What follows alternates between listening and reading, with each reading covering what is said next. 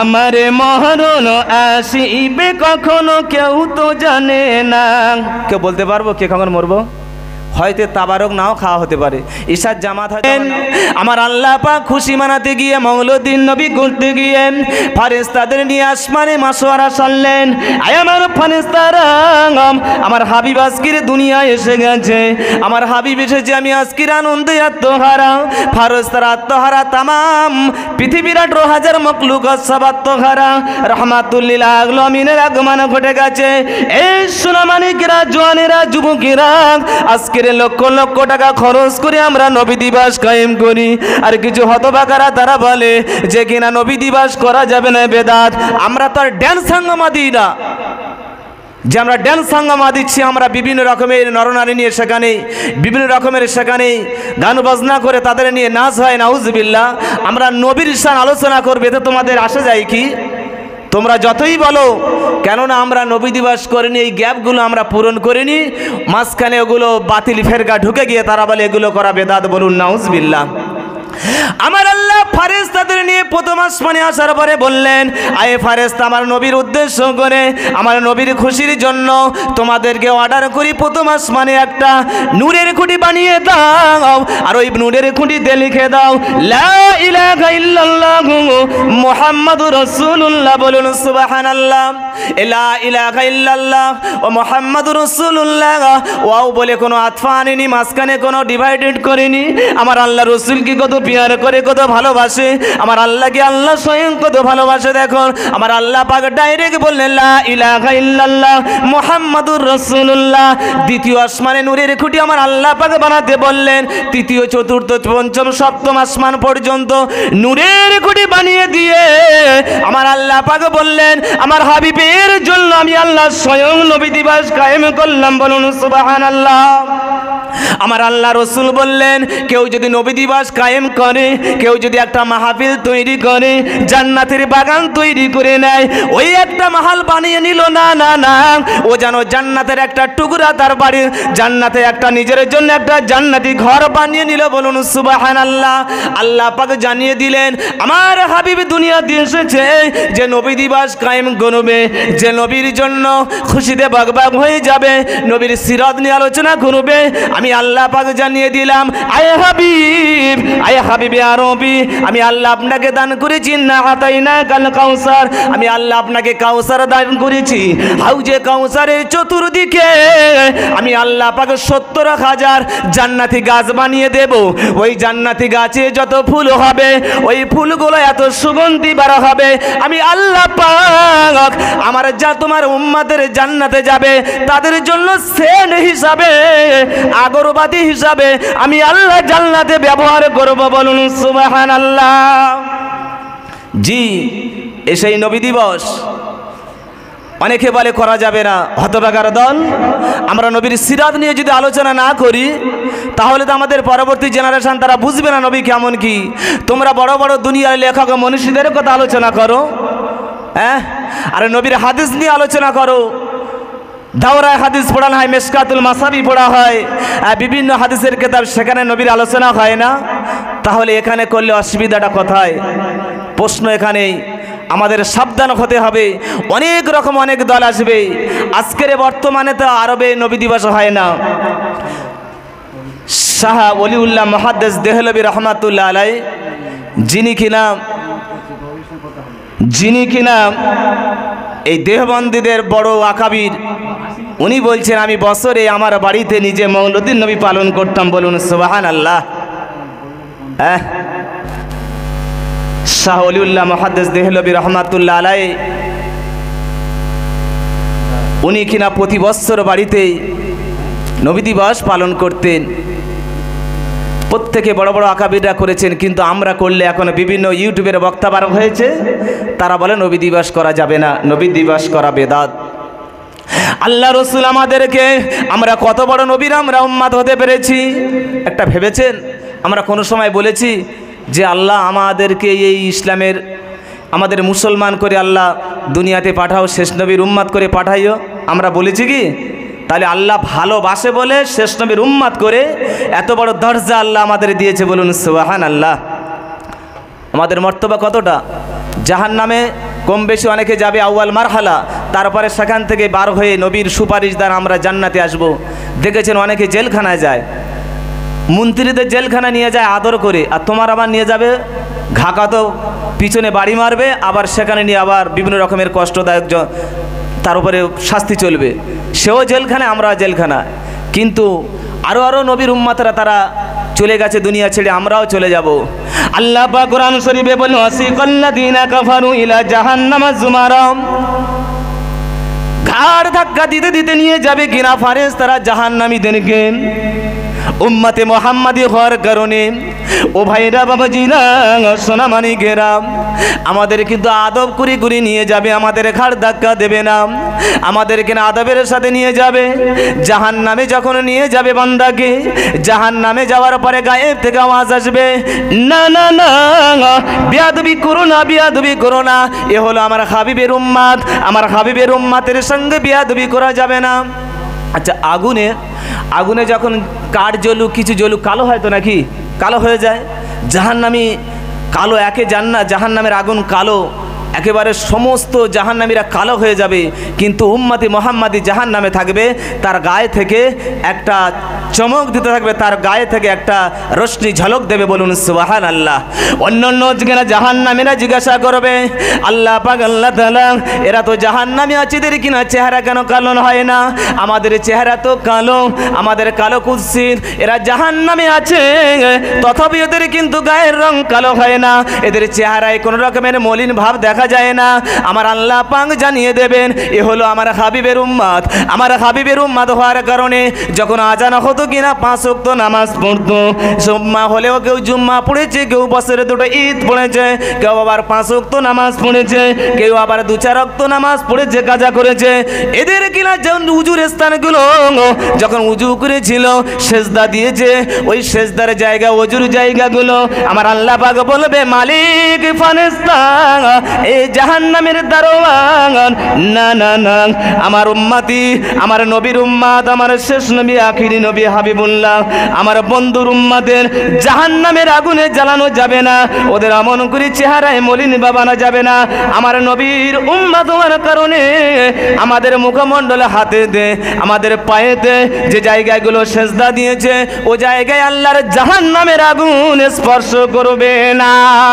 একটু জোরে বলুন সুবহানাল্লাহ।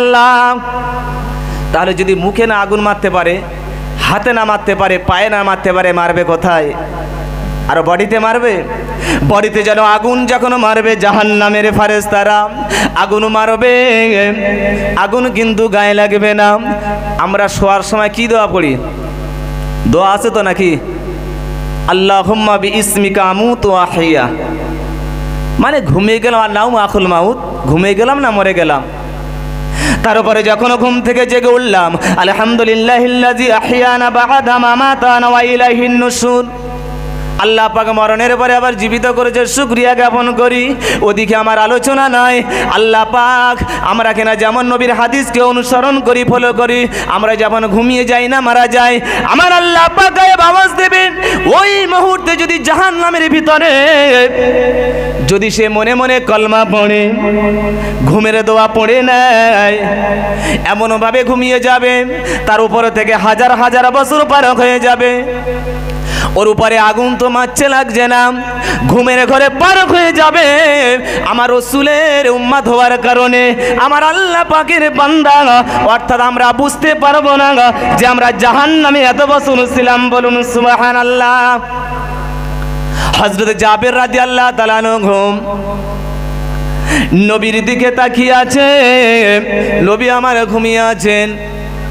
কিছুক্ষণ পরে দেখলে একটা গাছ কদম তুলে সে নবীকে দেখে, গহর মনোযোগ দিয়ে দেখছেন। জাবের সাহাবী মনে করছেন যে বিষয়টা কি, আজকের গাছ উঠে এসে নবীকে দেখছে, আসে কাকে বলে দেখুন। আজ নবী পাথর খেয়েছে, দাঁত ভেঙেছে, চোখে পানি আনতে পারি না। উহুদের ময়দানে দন্দন শহীদ, উহুদের ময়দানে দাঁত ভেঙেছে। আর কারান দেশে নবীর পাগল নাম কি? ওয়াইস কুরনি দাঁত ভাইনি। ওয়াইস কুরিনির কাছে তো সময় আর নেই, বলবো কি, ওয়াইস কুরিনির কাছে নবীর সাহাবা গিয়েছে। ভবিষ্যতে রসুল বলেছিল যে এই জুব্বা পাবে আমার কারণ দেশে। ওয়াইস গিয়েছে, আবু বকরের জামানা শেষ, ওমর আর গিয়েছে, আর আলী রাদিয়াল্লাহু তাআলা আনহু গিয়েছেন, দুই সাহাবা। এই ওয়েস, কে তোমরা? আমরা নবীর সাহাবা। তোমরা নবীর সাহাবা, নবীকে দেখেছো? ওমর তো রাগী মানুষ, মনে মনে করছে বলে কি আমরা নবীকে দেখিনি, যে নবীর সঙ্গে সব সময় ছিলাম নবীর পাহারা হয়ে। বলছে ওমর তুমি নবীকে দেখেছো? হ্যাঁ দেখেছি। না তুমি নবীকে দেখোনি।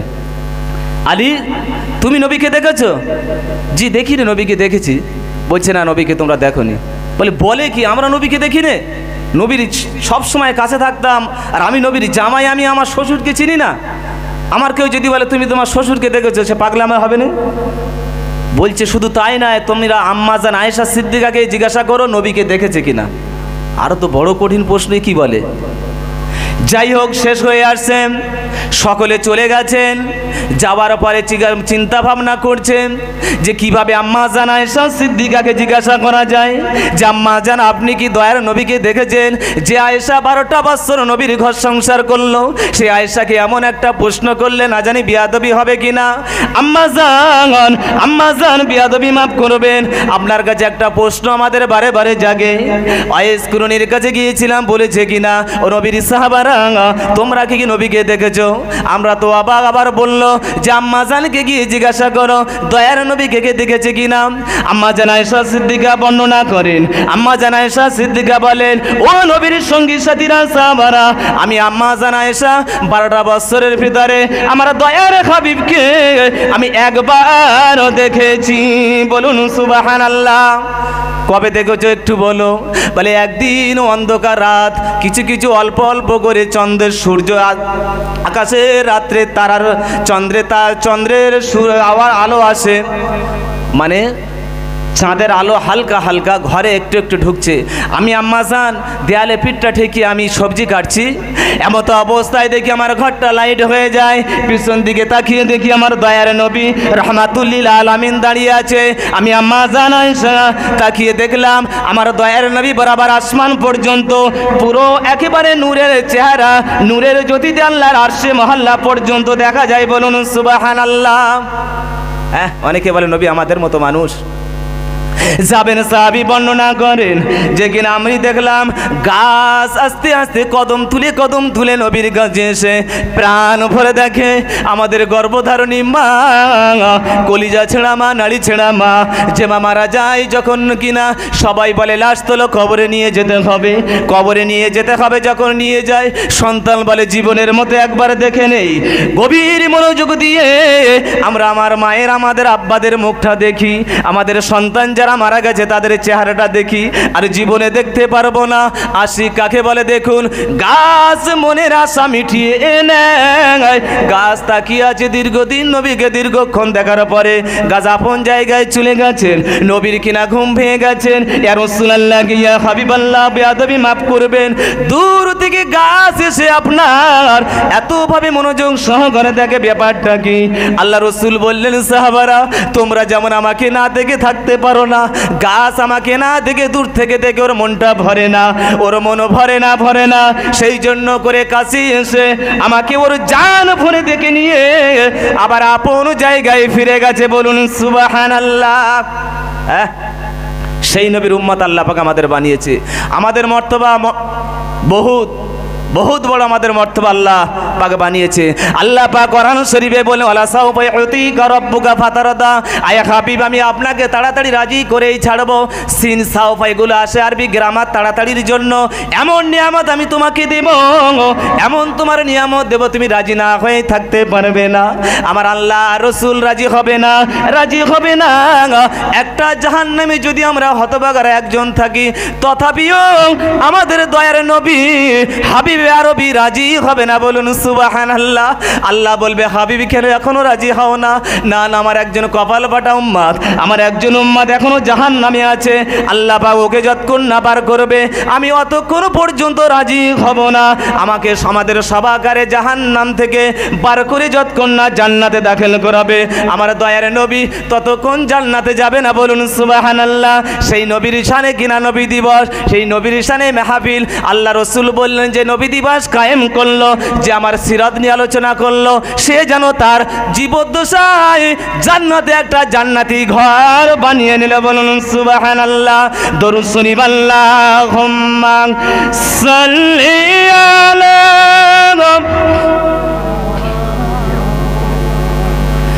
ওয়া আলা আলিহি। আমার মরণ আসিবে কখনো কেউ তো জানে না। কেউ বলতে পারবো কে কখন মরবো? হয়তো তাবারক নাও খাওয়া হতে পারে, ঈশার জামাত হয়তো আমরা নাও পড়তে পারি। তাই কবি কি বলছে? আমার মরণ আসিবে কখনো কেউ তো জানে না, আমি মারা গেলে আমায় তোমরা ভুইলা যাইও না, আমি চলে গেলে আমায় তোমরা ভুইলা যাইও না। আমার মরণ আসিবে কখনো কেউ তো জানে না, এই পৃথিবী সারা জীবন থাকার জায়গা না, অন্ধকার কবর যে তোমার আসল ঠিকানা। সবাই রেখে আমায় চলে যাবে, সঙ্গী হবে না, সবাই রেখে আমায় চলে যাবে, সঙ্গী হবে না। আমার মরণ আসিবে কখনো কেউ তো জানে না, আমি মারা গেলে আমায় তোমরা ভুইলা যাইও না, আমি চলে গেলে আমায় তোমরা ভুইলা যাইও না।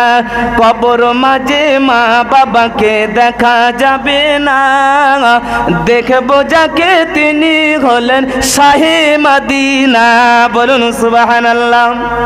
মা বাপকে কবরে দেখতে পাবো না, দেওয়ার সাথে সাথে জানাকে দেখবো, সেই নবীর শানে মিলাতুন নবী সিরাতুন নবীর জলসা, সেই নবীকে দেখা যাবে। বলুন সুবহানাল্লাহ। ও ভাই সেদিন রাসূল বিনা অন্য কেহ বন্ধু হবে না, সেদিন রাসূল বিনা অন্য কেহ বন্ধু হবে না। আমার মরণ আসিবে কখন কেউ তো জানে না। আল্লাহুম্মা সাল্লি আলা ওয়া আলা আলিহি। একটু তাকবীর দান, নারে তাকবীর, নারে তাকবীর, নারে তাকবীর। হযরত মাওলানা জিয়াউর রহমান সাহেব বলুন জিন্দাবাদ। হযরত মাওলানা মুফাসসির কোরআন জিয়াউর রহমান সাহেব বলুন মারহাবা। নারে তাকবীর। গ্রামবাসী ভাই ও বাবাজিরা, মাহফিলের আদব রক্ষা করুন। আমন্ত্রিত আলামা হুজুর এসেছেন, তারা মুখশ্রিত বাণী রাখবেন।